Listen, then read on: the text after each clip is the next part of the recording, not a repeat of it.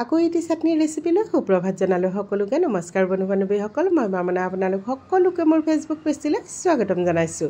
আজি আপোনালোকৰ মাজলৈ লৈ আহিছোঁ এখন চাটনিৰ ৰেচিপি। কেনেকৈ বনালোঁ কি কৰিলোঁ দেখুৱাই গৈ আছোঁ, সেয়েহে আপোনালোকৰ বহুমূলীয়া সময়লৈ ভিডিঅ'টো সম্পূৰ্ণকৈ চাব বুলি আশা কৰিলোঁ। গেছৰ ওপৰত কেৰাহী এখন বহাই দি তাতে অকণমান দিছোঁ মিঠাতেলখিনি ধুনীয়াকৈ গৰম হওঁতে তাতে কেইটামান কেঁচা বাদাম দিছোঁ।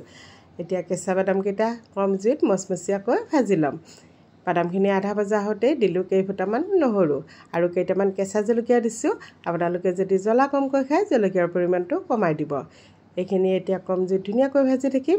ইয়াতে দিছোঁ কেইটামান নৰসিংহৰ পাত দিলে চাটনিবিলাক খাবলৈ বহুতেই ভাল লাগে আৰু কোনে কোনে নৰসিংহৰ পাতত চাটনি দি খাই ভাল পায় কমেণ্ট কৰি জনাবচোন বাৰু। এইখিনি কম জুইত অলপ সময় ভাজি থাকিম। এইখিনি মোৰ প্ৰায় ভজা হৈয়ে গৈছে। এতিয়া গেছৰ পৰা নমাই লৈছোঁ আৰু ঠাণ্ডা হওঁতে মিক্সিৰ জাৰ এটাত এইখিনি পিচি ল'ম। এই চাটনিখনত কিন্তু পানী অকণো ব্যৱহাৰ নকৰিব। পানী ব্যৱহাৰ কৰিলে চাটনিখন খাবলৈ ভাল নালাগিব। জোখমতে নিমখ দিলোঁ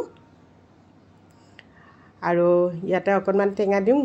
গোলনেমু লৈছোঁ মই এফাল। গোলনেমুখিনি এনেকৈ চেকনিৰ সহায়েৰে চেকি দিম যাতে গুটিখিনি তলত পৰি নাযায়। এনেকৈ মই নেমু ৰস দি দিলোঁ আৰু এইখিনি ধুনীয়াকৈ পিচি লৈছোঁ। এইখিনি মোৰ পিচা হৈ গ'ল। এতিয়া দেখুৱাই দিছোঁ, দেখিছেনে এনেকৈ শুকানকৈ আছে। খাবলৈ খুবেই টেষ্টি হয়। ৰুটি, ভাত, লুচি, পৰঠা যিহৰে লগত হ'লেও খাবলৈ খুবেই ভাল লাগে।